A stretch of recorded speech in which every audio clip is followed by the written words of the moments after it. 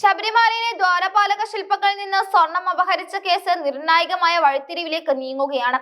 നിലവിലുള്ള സ്വർണ്ണക്കൊള്ളയ്ക്ക് പുറമെ വിഗ്രഹക്കടത്തും പുരാവസ്തു തട്ടിപ്പും ഉൾപ്പെടെയുള്ള അതീവ ഗൗരവകരമായ കുറ്റകൃത്യങ്ങൾ ഈ കേസുമായി ബന്ധപ്പെട്ട് നടന്നിട്ടുണ്ടോ എന്ന് പ്രത്യേക അന്വേഷണ സംഘം പരിശോധിക്കുന്നു. ശബരിമല സ്വർണ്ണക്കൊള്ളയിലെ പുരാവസ്തു കടത്ത് ആരോപണത്തിൽ വ്യക്തമായ തെളിവ് ലഭിച്ചാൽ മറ്റൊരു സ്വതന്ത്ര കേസ് കൂടി രജിസ്റ്റർ ചെയ്യാനാണ് അന്വേഷണ സംഘത്തിന്റെ തീരുമാനം. കേസുമായി ബന്ധപ്പെട്ട് വിദേശ വ്യവസായി നൽകിയ നിർണായക മൊഴിയുടെ അടിസ്ഥാനത്തിൽ ദിണ്ടിഗൽ സ്വദേശി ഡി മണിയെ ചോദ്യം ചെയ്യാനായി നാളെ ഹാജരാക്കാൻ നോട്ടീസ് നൽകിയിട്ടുണ്ട്. ഇയാളെ വിശദമായി ചോദ്യം ചെയ്യുന്നതിലൂടെ സ്വർണ്ണക്കൊള്ളയുടെ അന്തർ സംസ്ഥാന ബന്ധങ്ങളും വിഗ്രഹക്കടത്ത് സംഘങ്ങളുടെ പങ്കും പുറത്തുവരുമെന്നാണ് പോലീസ് പ്രതീക്ഷിക്കുന്നത്.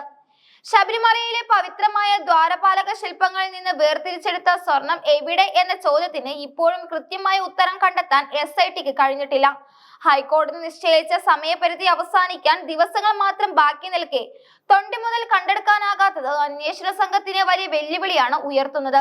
ചെന്നൈയിലെ സ്മാർട്ട് ക്രിയേഷൻസ് എന്ന സ്ഥാപനത്തിൽ വെച്ചാണ് ശില്പികളിലെ തങ്കം പൊതിഞ്ഞ പാളികൾ വേർതിരിച്ചതെന്നാണ് കണ്ടെത്തിയിരിക്കുന്നത്.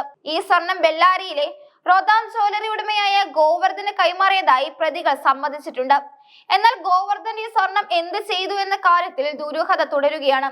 ശില്പങ്ങളിൽ നിന്ന് അടർത്തിയെടുത്ത സ്വർണ്ണപ്പാളികൾ ഉരുക്കി വിറ്റുവെന്നാണ് പ്രതികളുടെ മൊഴിയെങ്കിലും അന്വേഷണം വഴിതിരിച്ചുവിടാനായി പ്രതികൾ ബോധപൂർവം നൽകുന്ന മൊഴികളാണ് ഇതെന്ന് പോലീസ് സംശയിക്കുന്നു.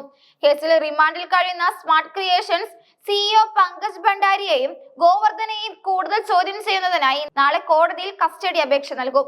കേസിലെ പുതിയ കണ്ണിയായ ഡി മണിയെ കേന്ദ്രീകരിച്ചുള്ള അന്വേഷണം ഏറെ സങ്കീർണമാണ്. താൻ ഡി മണിയല്ലെന്നും MS മണിയാണെന്നുമാണ് ഇയാൾ അവകാശപ്പെടുന്നത്. ശബരിമല കൊള്ളയുമായി തനിക്ക് യാതൊരു ബന്ധവുമില്ലെന്ന് ഇയാൾ ആവർത്തിക്കുമ്പോഴും പ്രവാസി വ്യവസായി നൽകിയ മൊഴി ഇയാൾക്കെതിരാണ്. ഉണ്ണികൃഷ്ണൻ പോറ്റിയും ഡി മണിയും തമ്മിൽ അടുത്ത ബന്ധമുണ്ടെന്നും 2020 തിരുവനന്തപുരത്തെ ഒരു ഹോട്ടലിൽ വെച്ച് ഇവർ കൂടിക്കാഴ്ച നടത്തിയെന്നും മൊഴിയുണ്ട്. എന്നാൽ മണിയെ തനിക്കറിയില്ലെന്നാണ് ഉണ്ണികൃഷ്ണൻ പോറ്റി പറയുന്നത്.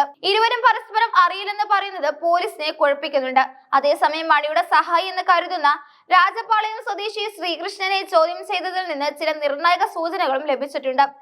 ഇരടിയും കടത്തുമായി ബന്ധപ്പെട്ട കേസുകളിൽ പ്രതിയായ ശ്രീകൃഷ്ണനും ഉണ്ണികൃഷ്ണൻ പോറ്റിയും തമ്മിൽ ഫോണിൽ സംസാരിച്ചതിന്റെ രേഖകൾ പോലീസിന് ലഭിച്ചു.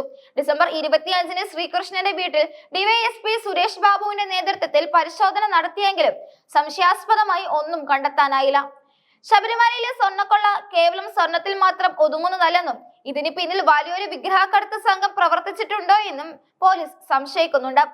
ദിണ്ടിഗൽ കേന്ദ്രീകരിച്ച് പ്രവർത്തിക്കുന്ന പുരാവസ്തു കടത്ത് സംഘം ശില്പങ്ങളിലെ സ്വർണ്ണപ്പാളികൾ മാറ്റുക മാത്രമല്ല വിഗ്രഹങ്ങൾ തന്നെ കടത്താൻ ശ്രമിച്ചോ എന്നും പരിശോധിക്കുന്നുണ്ട്. ഡി മണിയുടെ സുഹൃത്തായ ബാലമുരുകൻ എന്നയാളോടും ഹാജരാകാൻ പോലീസ് നോട്ടീസ് നൽകിയിട്ടുണ്ട്. ഇവരെല്ലാവരും ചേർന്ന് ഒരു ശൃംഖലയായി പ്രവർത്തിച്ചിരുന്നോ എന്നാണ് SIT പ്രധാനമായും പരിശോധിക്കുന്നത്.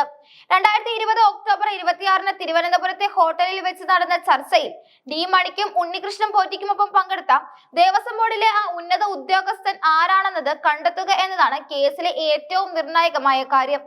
രാഷ്ട്രീയമായും ഭരണപരമായും സ്വാധീനമുള്ള വ്യക്തികളുടെ സംരക്ഷണം ഈ സംഘത്തിന് ലഭിച്ചിട്ടുണ്ടെന്ന ആരോപണവും ഇതിലൂടെ ശക്തമാണ്. ശ്രീകൃഷ്ണൻ എന്ന പ്രതിയുടെ വെളിപ്പെടുത്തലുകൾ അന്വേഷണത്തിൽ വലിയ പൊരുത്തക്കേടുകൾ ഉണ്ടാക്കാനും ഇടയുണ്ട്. താൻ വണ്ടിപ്പെരിയാർ സ്വദേശിയാണെന്നും ഇരടിയം കേസിൽ ഒപ്പിടാനാണ് തിരുവനന്തപുരത്ത് എത്തുന്നതെന്നും ശബരിമലയുമായി തനിക്ക് ബന്ധമില്ലെന്നുമാണ് ഇയാൾ പറയുന്നത്. എന്നാൽ ഉണ്ണികൃഷ്ണൻ പോറ്റിയുമായുള്ള ഇയാളുടെ ഫോൺ ബന്ധം നിഷേധിക്കാനാവാത്ത തെളിവായി പോലീസിന് മുന്നിലുണ്ട്. സ്വർണ്ണപ്പാളികൾ ഉരുക്കിയെന്ന മൊഴി തെറ്റാണെന്നും അത് പുരാവസ്തു എന്ന നിലയിൽ വിദേശത്തേക്ക് കടത്തിയെന്നും സൂചനകളുണ്ട്. അങ്ങനെയാണെങ്കിൽ ഇതിന് പിന്നിൽ വലിയൊരു അന്താരാഷ്ട്ര റാക്കറ്റ് തന്നെ പ്രവർത്തിച്ചിട്ടുണ്ടാകും.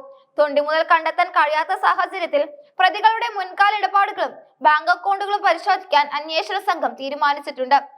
സമൂഹ മധ്യത്തിൽ വലിയ പ്രതിഷേധത്തിന് കാരണമായ ശബരിമല സ്വർണ്ണക്കൊള്ള കേസിൽ കുറ്റവാളികളെ എത്രയും വേഗം നിയമത്തിന് മുന്നിൽ കൊണ്ടുവരേണ്ടത് പോലീസിന്റെ ബാധ്യതയാണ്.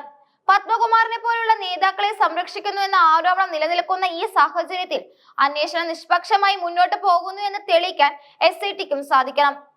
ദിണ്ടിഗൽ സംഘത്തിലേക്ക് അന്വേഷണം നീങ്ങുന്നത് കേസിലെ യഥാർത്ഥ സൂത്രധാരന്മാരെ പുറത്തു കൊണ്ടുവരാൻ സഹായിക്കുമെന്നാണ് കരുതപ്പെടുന്നത്. നാളെ നടക്കുന്ന ചോദ്യം ചെയ്യലുകളും കോടതിയിൽ സമർപ്പിക്കുന്ന കസ്റ്റഡി അപേക്ഷകളും കേസിലെ ഭാവി നിശ്ചയിക്കുന്നതിൽ പ്രധാന പങ്കുവഹിക്കും. ദ്വാരപാലക ശില്പങ്ങളിലെ സ്വർണം നഷ്ടപ്പെട്ടത് മാത്രമല്ല ശബരിമലയുടെ ആചാരപരമായ പവിത്രതയെ തന്നെ ബാധിക്കുന്ന ഇത്തരം കുറ്റകൃത്യങ്ങളിൽ സമഗ്രമായ അന്വേഷണം നടത്തി കുറ്റപത്രം സമർപ്പിക്കാനുള്ള തയ്യാറെടുപ്പിലാണ് അന്വേഷണ സംഘം.